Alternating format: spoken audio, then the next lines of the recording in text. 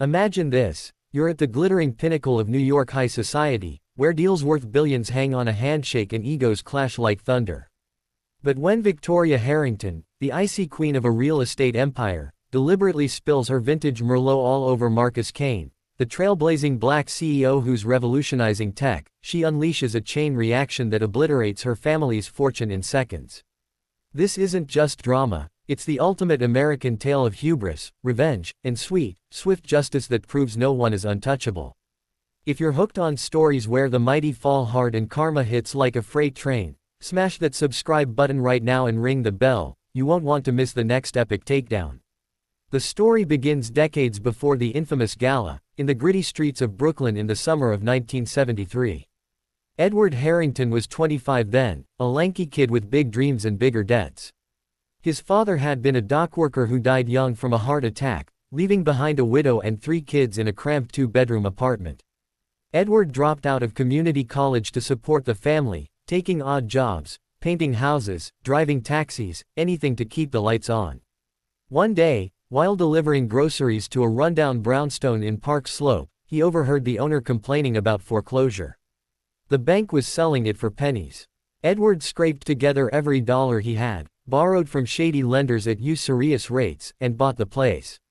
He fixed it up himself, renting out rooms to college students. That was the seed of Harrington Enterprises. By the 1980s, Reaganomics was in full swing, and Edward rode the wave. He flipped properties in gentrifying neighborhoods, turning slums into gold mines.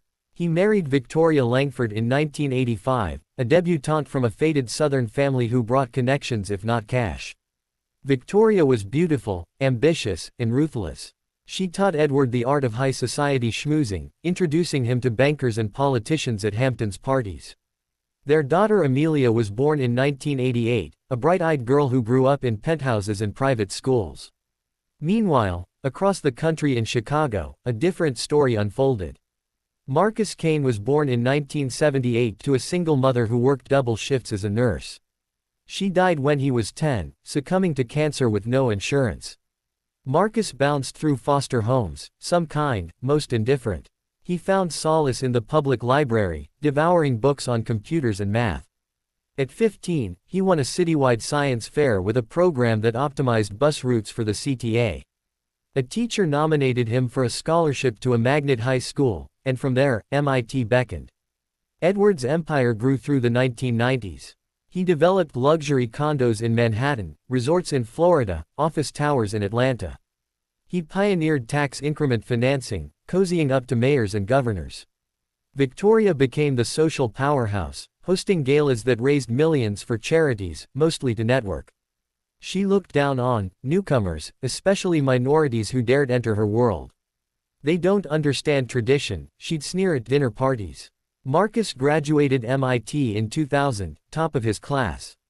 He turned down Silicon Valley offers to stay in Chicago, founding Kane Innovations in a garage with 2 classmates. Their first product was software that used early machine learning to predict property values. Real estate firms scoffed, until it outperformed human appraisers by 15%. By 2005, Kane Innovations had venture backing and offices in 3 cities. Marcus hired diverse talent, believing innovation thrived in inclusion. The paths of Harrington and Kane first crossed in 2012. Harrington Enterprises wanted to acquire a startup Marcus had incubated. Negotiations were tense. Edward lowballed, Victoria made snide remarks about affirmative action hires. Marcus walked away, vowing never to deal with them again.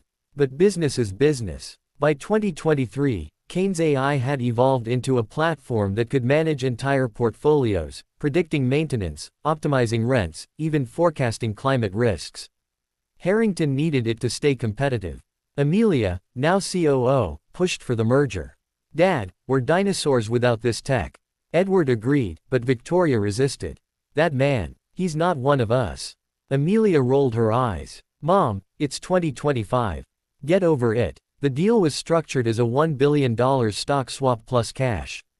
Due diligence dragged on. Marcus's team flagged discrepancies. Harrington Properties valued 25% above market comps, creative accounting on depreciation.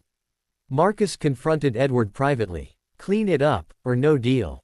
Edward promised fixes, but Victoria interfered, pressuring accountants to bury the issues. The Global Real Estate Summit was the deadline. Held at the Met, it drew 2,000 attendees. The theme, Innovation Meets Legacy. Marcus was keynote speaker. He arrived early, networking with young entrepreneurs. Amelia greeted him warmly. "We're ironing out the last details." Dad's excited. Victoria, however, seethed. She'd drunk 3 glasses of wine, her inhibitions lowered. When Marcus joined their circle, she saw red. The incident was captured on multiple phones. Victoria tripped, her arm flailing, wine arcing in a perfect splash across Marcus's chest. The red stained like blood. Silence fell, then murmurs. Victoria's apology was theatrical, Marcus's response calm, but his eyes, cold steel. In the aftermath, chaos. Edward's phone lit up. The withdrawal email. Stock alerts. Harrington shares down 18%. Investors panicked. By dawn, $400 million evaporated. But the story deepens. Flashback to Marcus's childhood. One foster home was abusive. He ran away at 16, living in a shelter. There, a mentor, a retired engineer, taught him resilience. "They'll try to break you, son. Don't let them." That mantra fueled him. Victoria's backstory. Her family wasn't old money. Her grandfather was a sharecropper who fled north during the Great Migration. They changed their name, fabricated a lineage. Victoria buried that shame, overcompensating with snobbery. Amelia's secret. She'd been dating Jamal, a black architect at a rival firm. Victoria disapproved. "He's beneath you." Amelia hid the relationship, but it opened her eyes to her mother's toxicity. Post-gala, the fallout intensified. A junior analyst at Harrington, tired of Victoria's tirades, leaked docs to a journalist. The piece in the Wall Street Journal, Harrington Empire Built on Sand. SEC subpoenas followed. Twist 1. Marcus had a mole inside Harrington, Amelia. Disillusioned, she'd been feeding him data for months. Not for money, but principle. "My parents represent everything wrong with this industry." Edward confronted Victoria. "You've destroyed us." She blamed Marcus. "He's vindictive." But evidence mounted. Lawsuits from shareholders. Banks called loans. The family fractured. Edward moved to their Aspen chalet, drowning in scotch. Victoria shopped compulsively, maxing cards. Amelia resigned, starting Kane Harrington Analytics with Marcus's blessing, a new firm, ethical and innovative. Another twist. The wine wasn't accidental. Victoria had practiced the move, inspired by a movie scene. She wanted to humiliate Marcus, force him out. But it backfired spectacularly. Media frenzy. CNN, Fox, podcasts dissected #WineGate. Protests at Harrington HQ. Effigies of Victoria burned. Marcus's response, a press conference. "This isn't about race alone. It's about integrity. We build America together, or not at all." His approval soared. Harrington Tower sold to a Chinese conglomerate. The Hamptons estate auctioned. Edward's yacht repossessed. Victoria's rock bottom. Arrested for DUI, tabloids feasted. In jail overnight, she saw her mugshot, haggard, broken. Amelia thrived. Her firm landed government contracts for smart cities. She married Jamal publicly, a middle finger to her past. Final twist. Edward's death. Heart attack, alone in Aspen. His will, everything to charity, nothing to Victoria. She contested, lost. Penniless, she moved to a studio in Queens, Poetic Justice, near where Edward started. Marcus, now a billionaire, endowed a foundation. Victoria applied for a grant, anonymously. Denied. But a note, redemption starts with apology. She wrote one, public. Marcus accepted, invited her to speak at a conference on second chances. She did, tears flowing. America watched, divided, forgiveness or farce. The saga taught lessons, privilege blinds, prejudice costs, innovation wins. From Brooklyn to billion-dollar bust, the Harringtons fell. Marcus rose higher. Expanded narrative continues with detailed scenes, dialogues, subplots spanning 10,000+ words. Below is the full extended version woven seamlessly.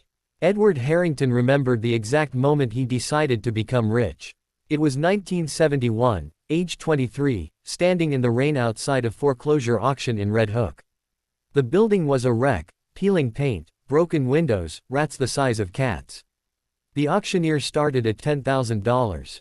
Edward had $8,500 saved from 2 years of night shifts at a warehouse. He bid anyway, voice cracking. A rival dropped out at $9,200. Edward offered his watch, a Timex his father gave him before dying. The auctioneer laughed but accepted. Edward won. He lived in the basement, fixed pipes with duct tape, rented the top floor to sailors. By 1975, it was worth $50,000. He never looked back. Victoria Langford met Edward at a charity ball in 1984.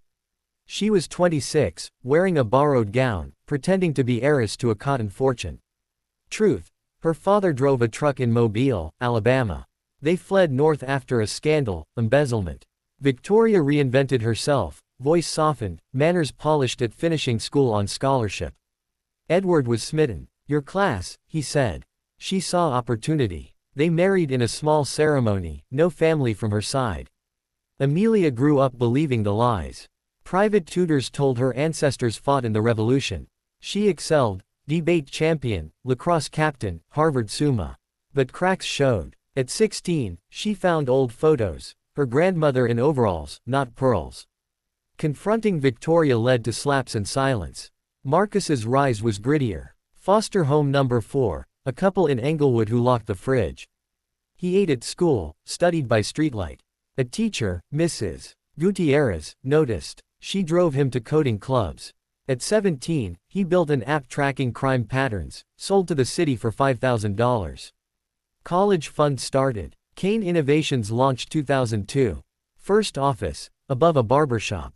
Employees: Marcus, Raj, and Lisa. They ate ramen, coded till dawn. Breakthrough: 2008 recession. Their software predicted housing crashes, saving clients millions. Venture capital followed. By 2015, $100 million revenue. The 2012 near deal with Harrington, Edward wanted Marcus's algorithm cheap. Offered $2 million. Market value, $20 million. Victoria at the meeting: "We're doing you a favor, boy." Marcus stood. Meeting over. He remembered her face. 2024, Amelia's pitch. "Dad, we need Kane or we're blockbuster." Edward reluctant but signed LOI. Due diligence, red flags. Properties in Miami valued at $300 million, comps $220. Depreciation schedules manipulated. Marcus's CFO, Sarah Chen, fraud. Marcus: "Give them a chance." Victoria's interference: she bullied the CFO into revising reports. No deal if that Negro thinks he's better. Gala night. Prep: Victoria chose the Merlot, 1982 Chateau Patras, $5,000 bottle. Practiced the spill in her mirror, giggling. The splash. Slow motion in videos. Marcus's face: not anger, calculation. Withdrawal email sent 11:47 p.m. Subject: termination of merger agreement. Edward in the bathroom, vomiting. Amelia crying in a stairwell. Morning after, CNBC ticker read. Analysts: catastrophic. Whistleblower: Tom Riley, VP for 20 years. Victoria fired his wife for insubordination. He emailed docs to ProPublica. SEC raid. Agents in Harrington HQ, boxing files. Victoria screaming, "Do you know who I am?" Lawsuits. Class action, $2 billion claimed. Family meeting. Edward: "We fight." Victoria: "Sue for defamation." Amelia: "Confess." Restructure. Amelia's betrayal: she met Marcus secretly in Central Park. All help. For the industry. Provided passwords, ledgers. Stock hit $8 from $120. Bankruptcy looming. Edward's isolation. Aspen, snow falling. Letters to Amelia unanswered. Victoria's spiral. Botox, pills, affairs with younger men. One sold stories to tabloids. Marcus's empire. New deal with Hudson Yards developers. $2 billion contract. Amelia's launch. Office in Brooklyn, full circle. Hired Tom Riley. Victoria's arrest. Crashed her Bentley into a hydrant, .18 BAC. Mugshot viral. Edward's will, found after death. To atone, all to NAACP, Urban League. Victoria's apology. Op-ed in NYT. "I was wrong. Hate consumed me." Marcus's reply. Invited her to TEDx. She spoke to 5,000. Some booed, some clapped. Epilogue. Marcus mentors a kid from Chicago, echo of himself. Amelia's firm IPOs. Victoria volunteers at a shelter, anonymous. America's lesson. Empires fall on character, not cash. The full tale, from grid to gala to graveyard, spans generations, betrayals, redemptions. One spill, one empire gone. Let me know in the comments, from which part of the country are you watching this video?